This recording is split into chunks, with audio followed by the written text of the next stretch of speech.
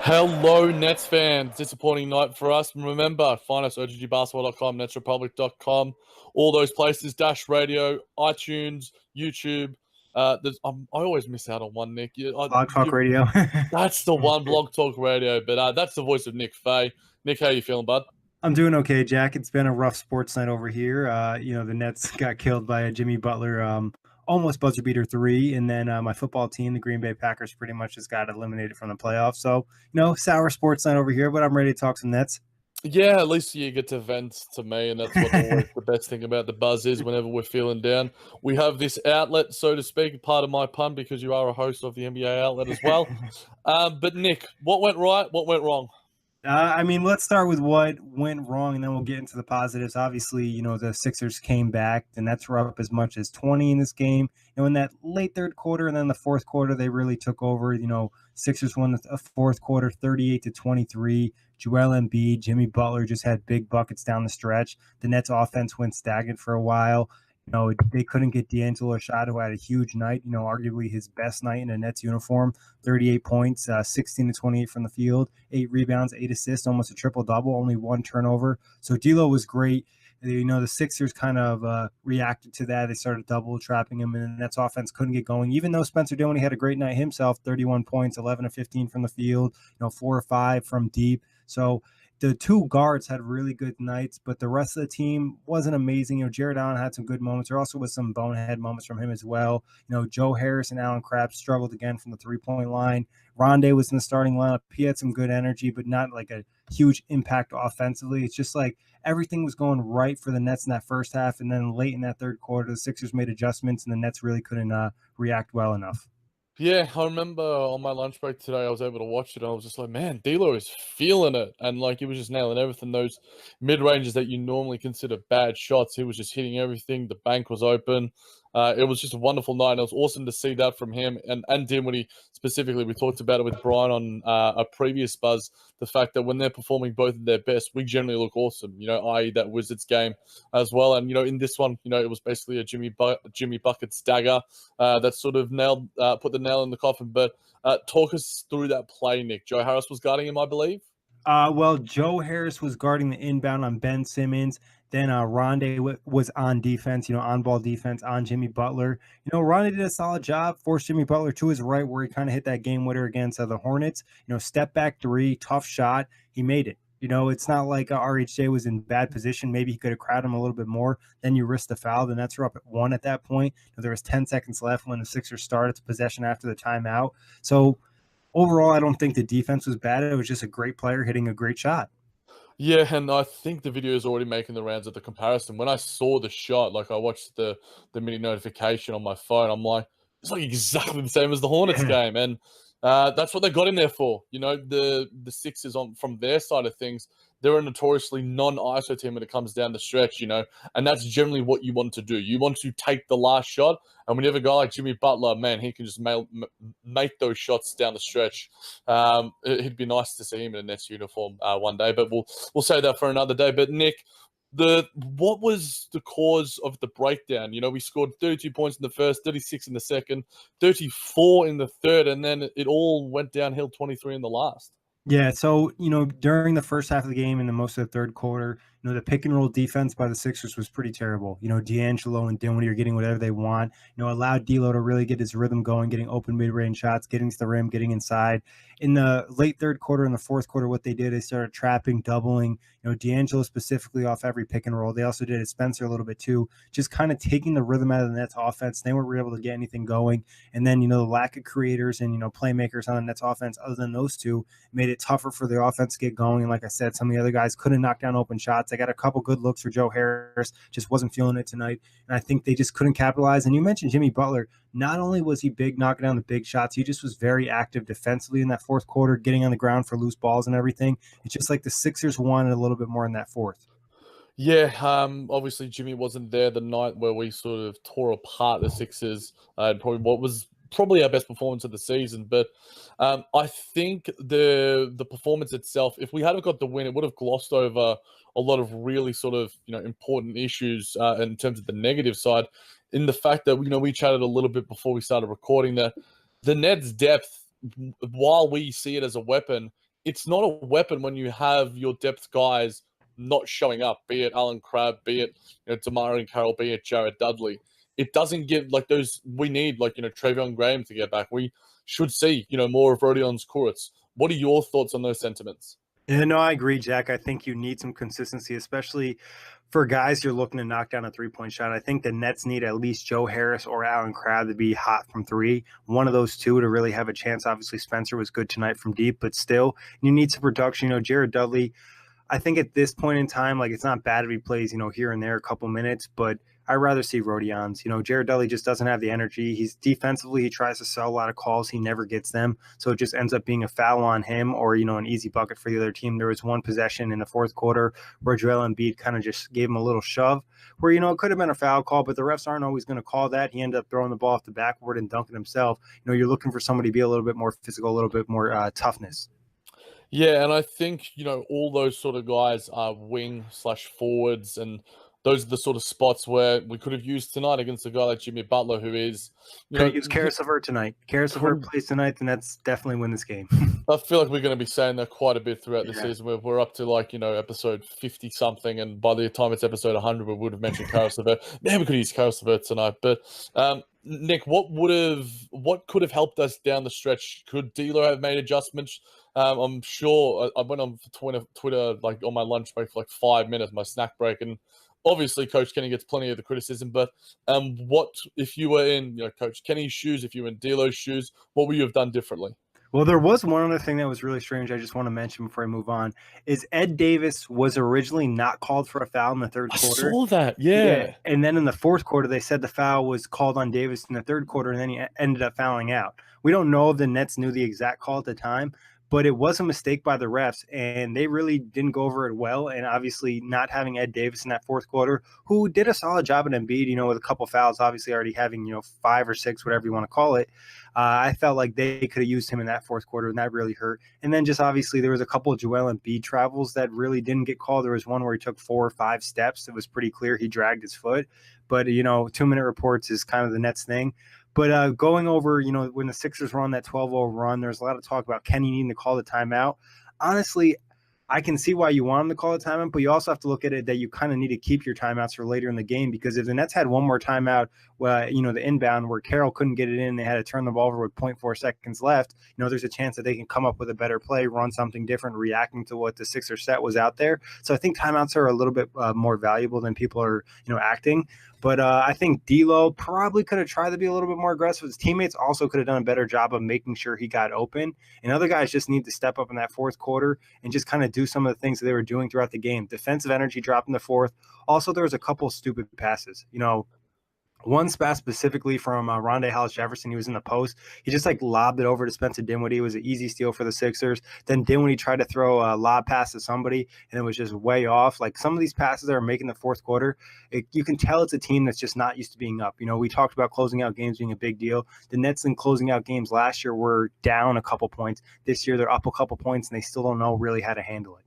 Yeah, I think that's where a lot of teams are going to exploit us when it comes to the better teams, the playoff-ready teams. Whereas, we've done it against the likes of the Wizards, the Cavs, and the Heat. We've sort of been able to give ourselves a little bit of a buffer because those teams don't really have the talent to sort of get back at us. Whereas you leave a team, give them a sniff with that as Joel Embiid, Ben Simmons, and Jimmy Butler, even JJ Redick to a lesser extent, then they're going to come at you. They're a really, really talented team. They've got plenty of sort of problems going forward in terms of their, the Markelle Fultz situation and the like. But Nick, what was the key sort of thing for you? For D'Angelo, did he need to be more aggressive? It seemed like I was seeing things on Twitter and such that, Coach Kenny isn't running enough plays for D'Lo. He's having to create his own shot. He's just doing everything for himself. Why aren't we running plays for him? And there's all these plays for Joe Harris and Alan Crabb on the perimeter. Do you agree with those sort of opinions? I mean, I think you occasionally see a play for D'Angelo, but he has the ball in his hands a lot. Most of the game, the first 3 quarters before they started trapping him, he was running the show. He was running pick and roll, doing what he wanted with the ball. I felt like maybe in the fourth quarter they could have called a play for him or something, but it's also just the other guys kind of stepping up. When they're trapping him like that, somebody's going to get an open shot or they're going to have open space to make a play, and I just feel like they didn't capitalize. I think maybe you could ask Spencer to try to set him up a little bit, but if the Sixers are sending that much, it was just a game where D'Angelo was hot. Like when you're facing a quote unquote star player, like D'Lo's not at that point yet, but like say you're facing, like a James Harden or a Jimmy Butler or somebody, and they're just having a hot night, you're going to send more attention their way. And obviously the Nets weren't used to that, and D'Angelo probably wasn't used to that. Oh yeah, definitely. And I think it was his best game as a net by far. The fact that he was able to impact the game in a ridiculous amount of ways. We were obviously talking about with Brian about, the dilemma with him and Spencer Dinwiddie going forward. But I think D'Lo has this negative aura around him on not-Nets Twitter, whereas the positivity that he gets from fans and people who actually watch him and sort of analyze Nets games is like almost overhyped to an extent. I know we might be. I know I am a person probably a little bit hard on him, but overall, there is a middle ground, and I think we all need to realize that he's going to have these sort of nights, and we expect to see these dominant games more consistently. But we also expect to see, like I mentioned with Brian on the previous buzz, not those sort of like 2-point performances, 1 of 13 from the field, those sort of things. Because a lot of fans will be like, well, why isn't he seeing the court time? And like you and Brian said, if he's not being efficient, then he doesn't deserve to see playing time. So I think D'Lo, hopefully this is a springboard for him going forward.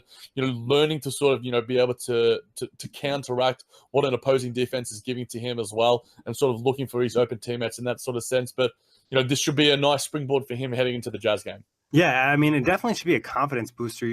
We had some concern in the Minnesota game, him not being able to really get to the rim or break down his defender. He did a good job of that tonight. Obviously, some of it was a pick and roll defense from the Sixers, but he had, worked Jimmy Butler a few times, worked Wilson Chandler, worked Ben Simmons. There's all some solid defenders in Philadelphia, and I felt like this should give him more confidence to stay in attack mode. Right from the start, you could tell he was in attack mode. Maybe the only negative you could say is maybe he should have looked to, hit up his teammates a little bit more in that second half when they started doubling, but some of that's on his teammates for just not making shots, because I'd be interested to see how many missed shots there were in that fourth quarter where he was kind of hitting open guys. Yeah, definitely. D'Lo, 8 assists. It could have easily been a 38-point triple-double. It was pretty close, yeah. Yeah, I mean, it's a ridiculous to even think about it. And tell me about Spencer Dinwiddie's game, Nick. I mean, every time I see him play, I'm just like, attack, and it's just like he does it. Whereas a lot of the times in the past, and I think some of the messages are getting through to him that, like, we sort of want him, that Minnesota game that you talked about where he took that 3 over Karl Anthony Towns, and sort of, that's not the play that they wanted, but, Spencer Dinwiddie has made that shot before, but he's just, attacking at will, and it's wonderful to watch. Yeah, he really worked on, I want to say, his layup package going into the season, because he's come out with a lot more creativity, a lot of different moves going to the rim. He seems more comfortable, and like you said, Jack, he's staying aggressive. He's confident in breaking down almost any NBA defender out there, and if he has a big on him, he's feeling good, like he's going to get to the rim. I mean, he had a poster tonight on Mike Muscala, and it's not, we're not used to seeing Spencer Dinwiddie posters, but that was a legit poster, and there was a couple times where he probably didn't get the foul call. Like we've said before, the refs kind of hate him. But if he can keep staying aggressive, I mean, 31 points on 11 of 15 from the field. Talk about efficiency. Yeah, that's exactly what we want from him. And, six free throw attempts as well. I think what the goal should be for D'Lo and Spencer is to have 10 free throw attempts at least per game. Whether that's, D'Lo having a night where he gets 4 or 5. It's not in his nature to do it, but I want to see at least 4+ from him. And I'm going to probably be keeping an eye on that. Spencer, we know, doesn't probably get the calls that he deserves a lot of the time, but the efficiency that he's shown, I think when I tagged him in one of the videos where I was doing a sort of Twitter breakdown and a bit of a thread, and he tagged his coaches, and I think maybe one of his personal coaches, one of the Nets coaches as well, it sort of shows he's like, look, I'm getting the kudos that I deserve because I've been working on this shit. And it's just like he's almost unguardable down once he gets like, an open lane. And he gets one step on you, he feels good. And it's him and Karras. That's why it's such a shame that we lost Karras, because they allow, open lanes for a guy like D'Lo where he can hit those mid-range shots, those teardrops, and his three-pointer, which has looked a lot better this season as well. But I think Spencer is continuing to prove. Where would he be for you right now, Nick, if we're ending the season right now in the 6th man of the year? Is it him and Lou Will? I think you might give it to Spencer right now. I mean, he's had the moments. He's had the big opportunities. He's hit game winners, a 30-point game. He had another big game against Washington. I think he'd be right there. He'd be right there at number 1. The lowest, I think you put him as number 3. Yeah, and I'm not sure if the listeners have heard, but I did do an article for NetsRepublic.com. I'm not going to keep shouting it out. You know what? I'm going to keep shouting it out. Yeah, no, you do it, Jack. September 1st, guys. It was months ago, before the season, and it was predictive somewhat. But again, I'm going to throw myself down. I was also a person who predicted for OGG basketball that the Wizards would finish third. So we will move on. But I will give Spencer some credit too. In the first half, he did a great job chasing JJ Redick around screens and really giving him, out of rhythm. In that second half, there was a play where Ed Davis fouled JJ Redick and he got 3 free throws, and that ended up kind of getting him going. And then there was a couple of switches off, but I think overall, Dinwiddie did a pretty good job chasing JJ all day. Yeah, it's probably one of the hardest jobs in the NBA to sort of defend a guy like JJ Redick, who is moving non-stop. I'd love to see his tracking numbers at this point of the season, and even over the last 2 seasons, he's just an absolute dynamo when it comes to getting, on ball and off ball screens. But Nick, what are some adjustments that need to be made heading into a bit of a nice home stretch, but against a pretty tough competition in the Jazz and Grizzlies? Yeah, I mean, this game, turnovers weren't too bad, 16-9. I mean, you'd like to cut that down a touch, but they did pick up the pace, which I like to see, especially D'Angelo kind of pushed the pace a little bit more than usual today. I think defensive effort needs to be more consistent. Obviously in that first half, some of it was the Sixers missing shots, but defensive energy and toughness was a lot better in that first half. They made the Sixers really work for everything, and they kind of disrupted their offense. Obviously, if you're letting a team score 38 points in the fourth quarter, that's not the case. And also, I think, other guys just stepping up. As good as Spencer and D'Lo can be, you still need other wings and other players in this team to really knock down shots and continue to space the floor, especially when they're sending doubles at guys. And that's about it. I mean, overall, this wasn't a terrible game. The defensive energy just kind of died in that second half. And also, like we said, they just have star players that, that are just mismatches for us. There's nobody on our team that can really defend Joel Embiid. There's not many guys in the NBA. And Jimmy Butler, when he wants to win a game in the fourth quarter, he's just going to hit tough shots.